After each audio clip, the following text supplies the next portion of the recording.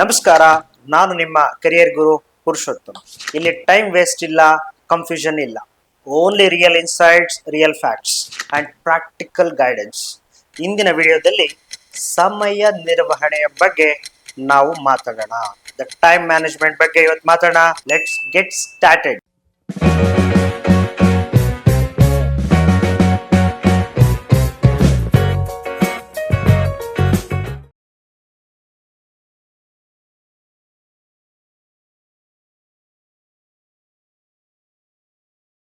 ನಾನು ನಿಮ್ಗೊಂದು simple calculation ಹೇಳ್ಕೊಡ್ತೀನಿ. ಉದಾಹರಣೆಗೆ, ಸಾಮಾನ್ಯವಾಗಿ ಎಲ್ಲರೂ ನಾನು ಪ್ರಶ್ನೆ ಕೇಳ್ತಾ ಇರ್ತೀನಿ, ದಿನಕ್ಕೆ ಎಷ್ಟು ಗಂಟೆ ನೀವು ನಿದ್ದೆ ಮಾಡ್ತೀರಾ ಅಂತ.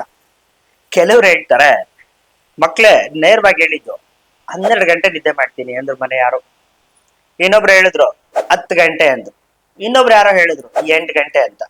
ಸರಿ, ನಾನೊಂದು ಸಿಂಪಲ್ ಕ್ಯಾಲ್ಕುಲೇಷನ್ ಕೊಡ್ತೀನಿ. ಒಂದು ಬುಕ್ಕು ಪೆನ್ ತಗೊಳ್ಳಿ, ಸಿಂಪಲ್ ಆಗಿ ಹೇಳ್ಕೊಡ್ತೀನಿ. ಇವತ್ತು ಮನುಷ್ಯನ ಸರಾಸರಿ ಆಯುಷ್ ಎಷ್ಟಿರ್ಬೋದು? 50, 60, 80, ಬೇಡಪ್ಪ, ಸರಾಸರಿ ಒಂದು 60 ವರ್ಷ ಅಂತ ಇಟ್ಕೊಳ್ಳಿ. ಅವನೇನಾದ್ರೂ ದಿನಕ್ಕೆ 12 ಗಂಟೆ ನಿದ್ದೆ ಮಾಡಿದಾನೆ ಅಂದ್ರೆ 60 ವರ್ಷ ಸಮಯದಲ್ಲಿ 30 ವರ್ಷ ನಿದ್ದೆ ಮಾಡಿದಾನೆ ಅಂತ ಅರ್ಥ. ಈ 30 ವರ್ಷ ನಿದ್ದೆ ಮಾಡಿದ್ರೆ ನೀನ್ ಏನ್ ಕಡದೆ ಆಗ್ತೀಯಪ್ಪ, ಏನ್ ಸಾಧನೆ ಮಾಡ್ತೀಯಪ್ಪ ಅಲ್ವಾ? ನಾನ್ ಸರಿಯಾಗಿ ಕೇಳ್ತಿದ್ದೀನಾ? ಸರಿ, ಬೇಡಪ್ಪ 8 ಗಂಟೆ ಅಂತಾನೆ ಇಟ್ಕೊ. 60 ವರ್ಷ ಬದುಕಿದ್ರೆ ಅವನು 8 ಗಂಟೆ ಲೆಕ್ಕ ಹಾಕಿದ್ರು 20 ವರ್ಷ ಮಲಗಿದಾನೆ ಅಂತ ಅರ್ಥಪ್ಪ. ಅಂದ್ರೆ ನೀವು ಲೆಕ್ಕ ಹಾಕೊಳ್ಳಿ, ನಿಮ್ಗೋಸ್ಕರ 24 ಗಂಟೆ 40 ಗಂಟೆ ಆಗಲ್ಲ, ಅಥವಾ ಯಾರೋ ಯೂಸ್ ಮಾಡ್ಲಿಲ್ಲ ಅಂತ ಟೈಮು 10 ಗಂಟೆ ಆಗಲ್ಲ. ಆ ಟೈಮನ್ನ ಮ್ಯಾನೇಜ್ಮೆಂಟ್ ಮಾಡೋದು ನಿಮ್ಮ ಸ್ಕಿಲ್ಲು. ಆ ಸಮಯ ನಿರ್ವಹಣೆಯನ್ನ ನೀವು ಸರಿಯಾಗಿ ಮಾಡ್ಲಿಲ್ಲ, ನೀವು ವೇಸ್ಟ್ ಆಗ್ಬಿಡ್ತೀರಾ. ನೆನ್ಪಿಟ್ಕೊಳ್ಳಿ, ನೀವು ಸಮಯವನ್ನ ಸರಿಯಾದ ರೂಪದಲ್ಲಿ ಸದ್ವಿನಿಯೋಗ ಮಾಡ್ಕೊಂಡಿದ್ದೆ ಆದ್ರೆ ಸಮಯ ನಿನ್ನನ್ನ ಎಲ್ಲಿಗೆ ಬೇಕಾದ್ರೂ ಕರ್ಕೊಂಡು ಹೋಗುತ್ತೆ. ಸಮಯ ನೀನ್ ವೇಸ್ಟ್ ಮಾಡಿದ್ದೆ ಆದ್ರೆ ನೀನ್ ವೇಸ್ಟ್ ಆಗೋಗಿರ್ತೀಯ. ನೀನ್ ಅನ್ಕೊಂಡಿರ್ಬೋದು ನೀನ್ ಟೈಮ್ ವೇಸ್ಟ್ ಮಾಡಿದ್ಯಾ ಅಂತ, ಆದ್ರೆ ನೆನ್ಪಿಟ್ಕೊಳ್ಳಿ, ಸಮಯ ನಿನ್ನ ವೇಸ್ಟ್ ಮಾಡ್ಬಿಡತ್ತೆ.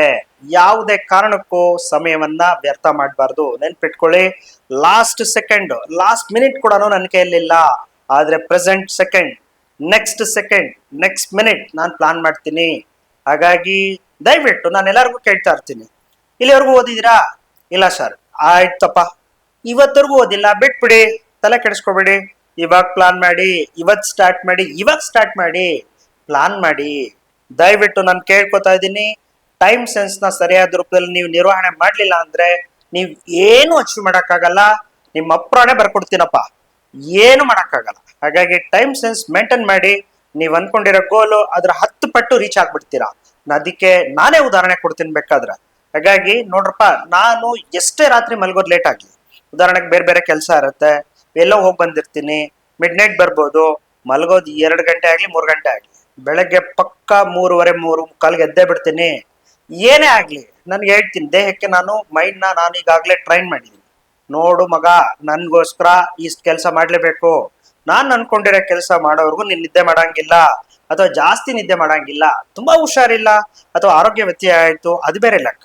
ಆದ್ರೆ ಯಾವುದೇ ಕಾರಣಕ್ಕೂ ಕೂಡ 10 ಅವರ್ 12 ಅವರ್ ನಿದ್ದೆ ಮಾಡಬೇಡಿ, ಆಯ್ತಾ? ಎಷ್ಟೋ ಜನ ಮಕ್ಕಳು ಬೆಳಗ್ಗೆ ವ್ಯಾನ್ ಬಂದು ನಿಂತಿರುತ್ತೆ, ಅವಾಗ ಓಡೋಗಿ ಮುಖಕ್ಕೆ ನೀರ್ ಹಾಕೊಂಡು, ಆಯ್ತಾ, ಸ್ನಾನ ಮಾಡಿದಿರ ಸೆಂಟ್ ಹೊಡ್ಕೊಂಡು ಓಡ್ ಬಂದು ಬಸ್ಗಳಿಗೆ ಹತ್ತಾವ. ಈ ರೀತಿ ಮಾಡೋದ್ರಿಂದ ನೋಡಿ, ನಾನು ಪೇರೆಂಟ್ಸ್ಗೆ ದಯವಿಟ್ಟು ಕೇಳ್ಕೊತಾ ಇದ್ದೀನಿ, ಟೈಮ್ ಸೆನ್ಸ್ ಮೇಂಟೈನ್ ಮಾಡೋದಿಕ್ಕೆ ಮೊದಲನೇದಾಗಿ ನೀವು ಕಾರಣ. ಆ ಮಕ್ಕಳಿಗೆ ಚಿಕ್ಕ ವಯಸ್ಸಿಂದಾನೇ ಟೈಮ್ ಸೆನ್ಸ್ ಬಗ್ಗೆ ಸರಿಯಾದ ರೂಪದ ನಾಲೆಜ್ ಕೊಡಿ. ಆಗ ಆ ಮಗುಗೆ ನೀವೇ ಒಂದು ಟೈಮ್ ಟೇಬಲ್ ಹಾಕೊಡಿ. ಉದಾಹರಣೆಗೆ, ಬೆಳಗ್ಗೆ ಎಷ್ಟೊತ್ತಿಗೆ ಎದ್ದೇಳ್ಬೇಕು, ಎದ್ದಿದ ತಕ್ಷಣ ಏನೇನ್ ಮಾಡ್ಬೇಕು, ಯಾವ ರೂಪದಲ್ಲಿ ಮಾಡ್ಬೇಕು, ಈ ರೀತಿ ನೀವು ಓವರ್ ಆಲ್ ಆ ಮಗುಗೆ ಟೈಮ್ ಸೆನ್ಸ್ ಬಗ್ಗೆ ಮ್ಯಾನೇಜ್ಮೆಂಟ್ ನ ಹೇಳ್ಕೊಡ್ಬೇಕು. ಅದೇ ರೂಪದಲ್ಲಿ ಸ್ಕೂಲ್ಸ್ ಅಲ್ಲೇ ಆಗಿರ್ಲಿ, ಕಾಲೇಜಸ್ ಅಲ್ಲೇ ಆಗಿರ್ಲಿ, ಟೀಚರ್ಸ್ ಆಗಿರ್ಲಿ, ಲೆಕ್ಚರ್ಸ್ ಆಗಿರ್ಲಿ, ನೀವು ಅವ್ರಿಗೆ ಒಂದು ಡೆಡ್ ಲೈನ್ ಕೊಡ್ಬೇಕು. ನೋಡಪ್ಪ, ಈ ನೋಟ್ಸ್ ನ ಇಷ್ಟು ದಿನದಲ್ಲಿ ಮುಗಿಸ್ಲೇಬೇಕು, ಇಷ್ಟನ್ನ ಇವತ್ತು ಓದ್ಕೊಂಡು ಬರ್ಲೇಬೇಕು, ನಾಳೆ ಇದನ್ನ ತಂದು ಒಪ್ಪಿಸ್ಲೇಬೇಕು, ಏನ್ ಮಾಡ್ತೀಯ ಪರ, ಇವತ್ತು ಇದನ್ನ ಮುಗಿಸ್ಲೇಬೇಕು. ಈ ರೀತಿ ಪ್ರಾರಂಭಿಕ ಹಂತದಲ್ಲೇ ಚಿಕ್ಕ ಚಿಕ್ಕ ಗೋಲ್ಸ್ ನ ಕೊಡ್ತಾ ಬನ್ನಿ. ಅವರಿಗೆ ಟೈಮ್ ಸೆನ್ಸ್ ಅನ್ನೋದು ಚಿಕ್ಕ ವಯಸ್ಸಿಂದಾನೇ ಬರ್ಬೇಕು.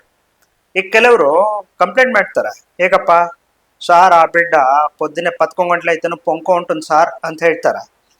11 గంటలకు పొంకో ఉంటే పాపము వయసు అయిన వాళ్ళు ఇంట్లో పొద్దున్నే లేచి 6 గంటలకు లేస్తే వయసు పెట్లు ನೀವು ಯಾಕೆಂದ್ರೆ ತೆಲುಗು ಅರ್ಥ ಆಗುತ್ತೆ ಅಂತ ಅನ್ಕೊಂಡಿದ್ದೀನಿ. 11 ಗಂಟೆವರೆಗೂ ಮಲಗಿದ್ರೆ ಆ ಮಗು ಎದ್ದು ಮಾಡೋದೇನು ಅಲ್ವಾ? ಟೈಮ್ ಸೆನ್ಸ್ ಅನ್ನೋದು ದಯವಿಟ್ಟು ನೋಡಿ, ನಮ್ಮ ಜೀವನದಲ್ಲಿ ನಮ್ಮನ್ನ ಯಾವುದೇ ಹಂತಕ್ಕೆ ತಗೊಂಡೋಗ್ಬೇಕು ಅಂದ್ರೆ ಸಮಯ ನಿರ್ವಹಣೆನ ಮಾಡ್ಲೇಬೇಕು. ಸರ್ ನಿಮ್ಗೋದಾಗಾರೆ ಸಣ್ಣ ಟೆಕ್ನಿಕ್ ಹೇಳ್ಕೊಡ್ತೀನಿ. ನನ್ನ ಕೆಲವು ಮಕ್ಳು ಕೇಳ್ತಾರೆ, ಸರ್ ನಾನು ಡೈಲಿ 8 ಗಂಟೆಗೆ ಎದ್ದ ಅಭ್ಯಾಸ ಆಗ್ಬಿಟ್ಟಿದೆ ಸರ್, ನಾನು ಇದಕ್ಕಿದಾಗ ಬೆಳಗ್ಗೆ 4 ಗಂಟೆಗೆ ಎದ್ರೆ ಆಗತ್ತಾ ಸರ್? ಆಗಲ್ಲ ಸರ್. ದಯವಿಟ್ಟು ಅರ್ಥ ಮಾಡ್ಕೊಳ್ಳಿ. ನೀವು ಡೈಲಿ 8 ಗಂಟೆಗೆ ಎದ್ದ ಅಭ್ಯಾಸ ಇದೆ, ನಾನು ಒಂದು ಸಿಂಪಲ್ ಟೆಕ್ನಿಕ್ ಹೇಳ್ಕೊಡ್ತೀನಿ ಆಯ್ತಾ? ಇಂಗ್ಲಿಷ್ ಅಲ್ಲಿ ಇದನ್ನ ಜಸ್ಟ್ ಲಿಟಲ್ ಅರ್ಲಿ ಅಂತ ಕರಿತೀವಿ. ಏನು? Just little early. ಹಾಗಂದ್ರೆ ಏನು? ನಿನಗೆ ಇವತ್ತವರೆಗೂ 8 ಗಂಟೆಗೆ ಎದ್ದ ಅಭ್ಯಾಸ ಇದೆ, ಇರ್ಲಿ ಆಯ್ತಪ್ಪ. ನಾಳೆ ನೀನು 7:45ಗೆ ಎದೊಳ್ಬೇಕು, ನಾಳಿದ್ದು 7:15ಗೆ ಎದೊಳ್ಬೇಕು, ಆಚೆ ನಾಳಿದ್ದು 7:15ಗೆ ಎದೊಳ್ಬೇಕು, ಅದ್ರ 4ನೇ ದಿನ 7 ಗಂಟೆಗೆ ಎದೊಳ್ಬೇಕು.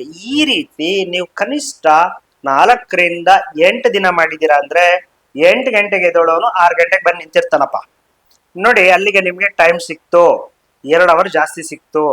ಸರ್ ನೈಟ್ ನಾನು ಬೆಳಗ್ಗೆ ಬೇಗ ಎದ್ದಿದ್ರೆ ನೈಟ್ ಬೇಗ ಮಲಗ್ತೀವಿ ಅನ್ನೋದು ಓಕೆ, ಆದ್ರೆ ಎದ್ದಿದ್ದು ಲೇಟು, ಮಲಗೋದು ನೀವು ಲೇಟ್ ಮಾಡ್ಬಿಟ್ರೆ ಆ ಲೇಟ್ ಆಗಿರೋ ಸಮಯನ ಎಜುಕೇಶನ್ ಪರ್ಪಸ್ ಯೂಸ್ ಮಾಡ್ಕೋತೀರಾ? ಏನಾದ್ರೂ ಒಂದು ಪುಸ್ತಕ ಓದ್ತೀರಾ? ನಿಜವಾಗ್ಲೂ ಅದನ್ನ ಯಾವ್ದಕ್ ಬಳಸ್ಕೊತಾ ಇದ್ದೀರಾ? ಸುಮ್ನೆ ಫೋನ್ ಹಿಂಗ್ ಅನ್ಕೊಂಡು ಕಣ್ಣು ಬರುತ್ತೆ ಅಲ್ವಾ? ಮೆಂಟಲಿ ಟಾರ್ಚರ್ ಆಗುತ್ತೆ, ಇರಿಟೇಷನ್ ಆಗುತ್ತೆ, ಎಲ್ಲರಿಗೂ ಡಿಸ್ಟರ್ಬೆನ್ಸ್ ಆಗುತ್ತೆ. ಓವರ್ ಆಲ್ ನಿನ್ನ ಏನು ನಾವು ಸಾಮಾನ್ಯವಾಗಿ ದಿನನಿತ್ಯ ಚಕ್ರ ಅಂತ ಕರಿತೀವಿ, ನೆನ್ಪಿಟ್ಕೊಳ್ರಪ್ಪ. ಇದನ್ನ ನಾವು ನ್ಯೂರೋ ಎಂಡೋಕ್ರೈನ್ ಮೆಕ್ಯಾನಿಸಮ್ಸ್ಗೆ, ನಮ್ಮ ದೇಹದ ಎಲ್ಲಾ ಭಾಗಗಳು ನಮ್ಗೆ ಸಪೋರ್ಟ್ ಮಾಡುತ್ತೆ. ಈ ಒಂದು ವಿಚಾರದಲ್ಲಿ ಯಾರು ಸರಿಯಾಗಿ ನಿದ್ದೆ ಮಾಡಲ್ಲ. ಸರ್ ನಿದ್ದೆ ಅಂದ್ರೆ ಎಷ್ಟು ಸರ್? ಅದನ್ನೇ ಈಗ ತಾನೇ ಹೇಳಿದ್ವಿ, ಸುಮ್ಮನೆ ಮಲಗಿರೋದಲ್ಲ. ದೇಹ ಬೆಳಗ್ಗೆಯಿಂದ ರಾತ್ರಿ ಕೆಲಸ ಮಾಡಿದೆ, ಅದಕ್ಕೊಂದು ರೆಸ್ಟ್ ಬೇಕಷ್ಟೇ. ಆ ರೆಸ್ಟ್ ಇರ್ಬೇಕು. 3ರಿಂದ 4 ಗಂಟೆ ರೆಸ್ಟ್ ಮಾಡಿದ್ರೆ ಸಾಕಪ್ಪ ಆಯ್ತಾ? ಇಲ್ಲ ಸರ್ ಇನ್ನೊಂದ್ ಸ್ವಲ್ಪ ನಿದ್ದೆ ಜಾಸ್ತಿ ಬೇಕು ಸರ್, ಆಯ್ತಪ್ಪ ಒಂದ್ 6 ಗಂಟೆ ನಿದ್ದೆ ಮಾಡ್ಬೋದಾ? ವಿನಾಕಾರಣ ಸುಮ್ನೆ 10 ಗಂಟೆ 12 ಗಂಟೆ ನಿದ್ದೆ ಏನಕ್ ಮಾಡ್ಬೇಕು? ಅರ್ಥ ಆಗುತ್ತಾ? ನೀನು ನಿನಗಾಗಿ ಸಮಯವನ್ನ ಪಾಲನೆ ಮಾಡ್ಬೇಕು ಅನ್ಕೊಂಡ್ರೆ ಮೊದಲನೇದಾಗಿ ಸಮಯ ಇರ್ಬೇಕಲ್ವಾ? ಆ ಸಮಯನ ನೀನು ಅದನ್ನ ಬಳಸ್ಕೋಬೇಕು ಅಂದ್ರೆ ಸಮಯವನ್ನ ಮಾಡ್ಕೋಬೇಕು. ಸಮಯ ಹೊಸದಾಗ ಏನ್ ಬರಲ್ವಲ್ಲ. ಏನ್ 24 ಗಂಟೆ ಆದ್ಮೇಲೆ 25 ಗಂಟೆ ಬರುತ್ತಾ? ಬರಲ್ಲ. ಅಂದ್ರೆ ಇರೋ ಟೈಮ್ನ ಕರೆಕ್ಟ್ ಆಗಿ ಮ್ಯಾನೇಜ್ ಮಾಡ್ಬೇಕು. ನೈಟು ಅಷ್ಟೇ. ಸರ್ 9 ಗಂಟೆಗೆ ನನ್ನ ಮಲ್ಗೆ ಅಭ್ಯಾಸ, ಹೆಚ್ಚು ಸಮಯ ಬೇಕು. ಇವತ್ತು 9:15ಗೆ ಮಲ್ಕೊಳ್ಳಿ, ನಾಳೆ 9:30ಗೆ ಮಲ್ಕೊಳ್ಳಿ, ಆಚೆ ನಾಳಿದ್ದು 9:45ಗೆ, ಅದರ ಮುಂದಿನ ದಿನ 10 ಗಂಟೆಗೆ ಮಲ್ಕೊಳ್ಳಿ. ಈ ರೀತಿ ಒಂದು 8 ದಿನ ಮಾಡ್ಬಿಟ್ರೆ 9 ಗಂಟೆಗೆ ಮಲ್ಗಿ ಅಭ್ಯಾಸ ಇರೋರು 11 ಗಂಟೆಗೆ ಬಂದು ನಿಂತಿರ್ತಾನೆ. ಆ ಟೈಮ್ನ ನೀನು ಕ್ವಾಲಿಟಿ ಆಫ್ ಟೈಮ್ನ ಏನಕ್ಕೆ ಬಳಸ್ಕೊತೀಯ ಅನ್ನೋದೇ ಇಂಪಾರ್ಟೆಂಟ್.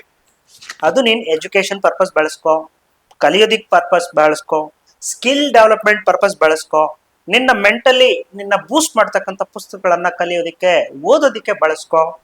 ಈ ರೀತಿ ಮಾಡ್ತಾ ಬನ್ನಿ. ಅವತ್ತು ನಿಮಗೆ ನಿನ್ನನ್ನ ನೋಡಿ, ಟೈಮು ಯಾವತ್ತು ಕೂಡ ನೆನ್ಪಿಟ್ಕೊಳ್ಳಿ. ಯಾರು ಟೈಮ್ ರೆಸ್ಪೆಕ್ಟ್ ಕೊಟ್ಟಿದ್ದೀರಾ ನಿಮ್ಮ ಜೀವನದಲ್ಲಿ ನಿಮ್ಮನ್ನ ಟೈಮು ಅತ್ಯಂತ ಉನ್ನತ ಮಟ್ಟಕ್ಕೆ ಪಕ್ಕ ಕರ್ಕೊಂಡೋಗುತ್ತೆ. ನೀವೇನಾದ್ರೂ ಇದೇ ರೀತಿ ಕಾರಣಗಳನ್ನ ಹೇಳ್ಕೊಂಡು ಕೈ ನೋವುತ್ತೆ, ಕಾಲ್ ನೋವುತ್ತೆ, ಇನ್ನೊಂದು ನೋವುತ್ತೆ, ತಲೆ ನೋವುತ್ತೆ, ಈ ರೀತಿ ನೀವೇನಾದ್ರೂ ಕಾರಣ ಅಂತ ಕೊಡಕ್ ಸ್ಟಾರ್ಟ್ ಮಾಡಿದ್ರೆ ನೋಡ್ರಪ್ಪ, ಎಲ್ಲದಕ್ಕೂ ಒಂದು ಕಾರಣ ಸಿಗುತ್ತೆ ಆಯ್ತಾ? ಯಾರಿಗೆ ಸಂಸ್ಕೃತದಲ್ಲಿ ಒಂದು ಶ್ಲೋಕ ಹೇಳ್ತೀನಪ್ಪ ನೋಡಿ, ಸಾಮಾನ್ಯವಾಗಿ ನೀವು ಕೇಳಿರ್ತೀರಾ, ವಿದ್ಯಾತುರಾನಾಂ ನ ನಿದ್ರ ನ ಆಹಾರ. ಯಾವನಿಗೆ ವಿದ್ಯೆ ಬಗ್ಗೆ ಅತಿ ಹೆಚ್ಚು ಆಸಕ್ತಿ ಇರುತ್ತೆ, ಕಲಿಲೇಬೇಕು ಅಂತಕ್ಕಂಥ ಹಠ ಇರುತ್ತೆ, ಅಂತವರಿಗೆ ವಿದ್ಯಾತುರಾನಾಂ ನ ನಿದ್ರ ನ ಆಹಾರ. ಅವನಿಗೆ ನಿದ್ದೆನೂ ಬರಲ್ಲ, ಆಹಾರದ ಬಗ್ಗೆ ಜಾಸ್ತಿ ತಲೆ ಕೆಡಿಸ್ಕೊಳಲ್ಲ. ಹಾಗಂತ ಸರಿಯಾಗಿ ನಿದ್ದೆ ಮಾಡ್ತೀರಾ, ಆಹಾರ ತಿಂದಿರಾ, ಓದಿ ಅಂತ ನಾನು ಹೇಳ್ತಿಲ್ಲ. ಕ್ರಮಬದ್ಧವಾದ ಅಧ್ಯಯನ ಮಾಡೋದಿಕ್ಕೆ ನೀವು ಸ್ಟಾರ್ಟ್ ಮಾಡಿದಾಗ ಆ ಒಂದು ಸಮಯಕ್ಕೆ ಇಷ್ಟಲ್ದೇ ಇದ್ರು ಇಷ್ಟಾದ್ರೂ ತಿನ್ನೋದು ನಿಮ್ಗೆ ಗೊತ್ತಿರ್ಬೇಕು. ಅದು ಕ್ವಾಲಿಟಿ ಫುಡ್, ಅದು ಬ್ಯಾಲೆನ್ಸ್ಡ್ ಡಯಟ್ ಅಂತ ಕರಿತೀವಿ ಇಂಗ್ಲಿಷ್ ಅಲ್ಲಿ. ಸಮತೋಲನ ಆಹಾರ. ನಿನ್ನ ತಿಂತಕ್ಕಂಥ ಆಹಾರ ನಿನ್ನ ಒಂದು ದೇಹವನ್ನ ನಿರ್ಧಾರ ಮಾಡುತ್ತೆ, ನಿನ್ನ ಜೀವನ ಶೈಲಿಯನ್ನ ನಿರ್ಧಾರ ಮಾಡುತ್ತೆ. ಉದಾಹರಣೆಗೆ ನಿನ್ನ ತಿಂತಕ್ಕಂಥ ಆಹಾರದಲ್ಲಿ ಸಾಕಷ್ಟು ಕಾರ್ಬೋಹೈಡ್ರೇಟ್ಸ್ ಇರಬೇಕು, ಪ್ರೋಟೀನ್ಸ್ ಗಳಿರ್ಬೇಕು, ವಿಟಮಿನ್ಸ್ ಗಳಿರ್ಬೇಕು, ಅದ್ರ ಜೊತೆಗೆ ರಫೇಜಸ್ ಅಂತ ಕರಿತೀವಿ, ನಾರು ಪದಾರ್ಥಗಳು. ಈಗ ಯಥೇಚ್ಛವಾಗಿ ನೀರು ಕೂಡ ಕುಡಿಬೇಕು. ನೀವು ಈ ನೀರನ್ನೇ ಸರಿಯಾಗಿ ಕುಡಿದೇ ಇದ್ರೆ ಸಮಸ್ಯೆಗಳು ಅಲ್ಲಿಂದ ಪ್ರಾರಂಭ ಆಗುತ್ತೆ. ಎಷ್ಟೋ ಜನ ಸರಿಯಾಗಿ ಆಹಾರನೇ ತಿನ್ನಲ್ಲ.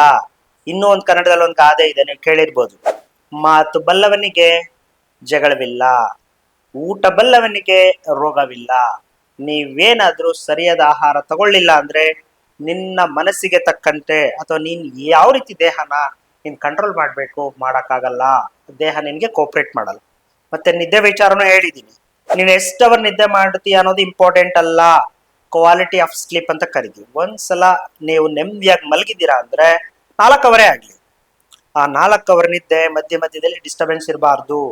ಮನಸ್ಪೂರ್ವಕವಾಗಿ ಮಲಗಬೇಕಾದ್ರೆ ನಿನಗೆ ಗೊತ್ತಿರ್ತಕ್ಕಂಥ ಯಾವುದೋ ಒಂದು ದೇವ್ರನ್ನ ಧ್ಯಾನ ಮಾಡಿ ಅಥವಾ ಒಳ್ಳೆ ವಿಚಾರ ನೋಡ್ಬಿಟ್ಟು ಮಲ್ಕೋಬೇಕು. ನೀವ್ ಯಾವ್ದೋ ಕಿತ್ತೋಗಿರೋ ವಿಚಾರಗಳನ್ನೆಲ್ಲ ಟಿವಿಗಳಲ್ಲಿ ಅದ್ ಯಾವ್ದೋ ಕ್ರೈಮ್ ನ್ಯೂಸ್ಗಳಂತೆ, ಮಲಗಬೇಕಾದ್ರೆ ಅದೇ ಕ್ರೈಮ್ ಡೈರಿಗಳಂತೆ, ಇವೆಲ್ಲ ನೋಡ್ಬಿಟ್ಟು ಮಲ್ಕೊಂಡ್ರೆ ನೈಟ್ ಎಲ್ಲ ಅದೇ ರೀತಿ ಕೆಟ್ಟ ಕೆಟ್ಟ ಆಲೋಚನೆಗಳು, ಕೆಟ್ಟ ಕೆಟ್ಟ ಕನಸುಗಳು ನಿಮ್ಗೆ ಬೀಳ್ತಾ ಇರುತ್ತೆ.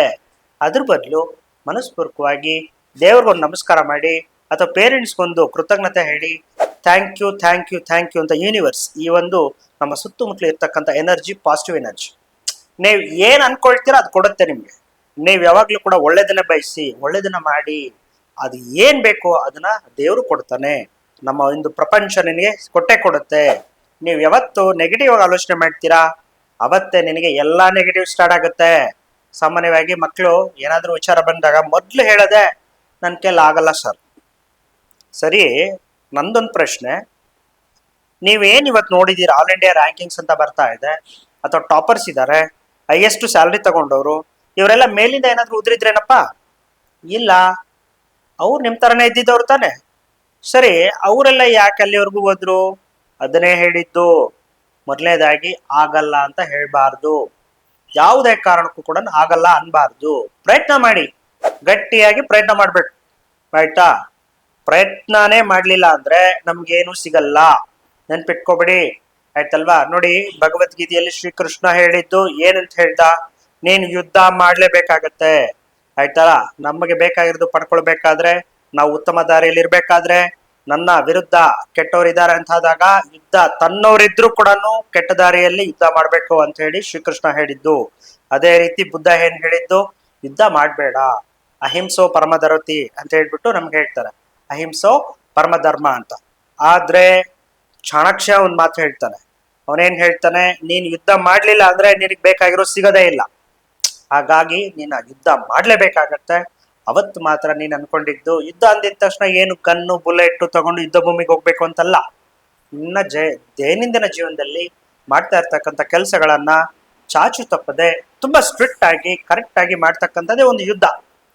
ಅಲ್ಲಿಂದ ನಿನ್ನ ಒಂದು ಜೀವನದ ಪ್ರಾರಂಭ, ನಿಜವಾದ ಪ್ರಾರಂಭ ಮುಂದುವರಿಯುತ್ತೆ. ನಿನ್ನ ಜೀವನಕ್ಕೆ ನೀನೇ ಅಡಿಪಾಯವಾಗ್ಬೇಕು, ನಿನ್ನ ಜೀವನಕ್ಕೆ ನೀನೇ ಕಟ್ಕೋಬೇಕು. ನಿನ್ನ ಜೀವನ ಯಾರೋ ಬಂದು ಕಟ್ಟಲ್ಲಪ್ಪ. ತೆಲುಗಲ್ಲಿ ಹೇಳ್ತಾರೆ, ఎవరో వస్తారని ఏమో చేస్తారని ಎದರು ಚೂಸಿ ಮೋಸ ಪೋಕು ಸುಮ ಅಂತ. ಯಾರೋ ಬಂದು ಯಾವನೋ ಬಂದು ನಿನ್ಗೇನೋ ಮಾಡ್ಕೊಡ್ತಾನೆ ಅಂತ ನೀನು ಊಹೆನೆ ಮಾಡ್ಕೋಬೇಡ. ನಿನ್ನ ಜೀವನಕ್ಕೆ ನೀನೇ ಶಿಲ್ಪಿ, ನಿನ್ನ ಜೀವನಕ್ಕೆ ನೀನೇ ರೂವಾರಿ, ನಿನ್ನ ಜೀವನವನ್ನ ನೀನೇ ಕಟ್ಕೋಬೇಕು. ಹಾಗಾಗಿ ಈ ವಿಚಾರವನ್ನ ಪಾಲನೆ ಮಾಡ್ತೀರಲ್ವಾ?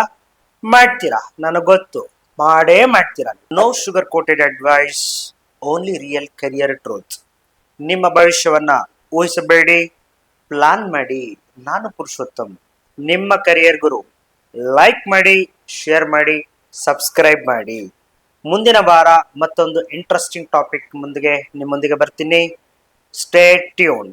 Thank you.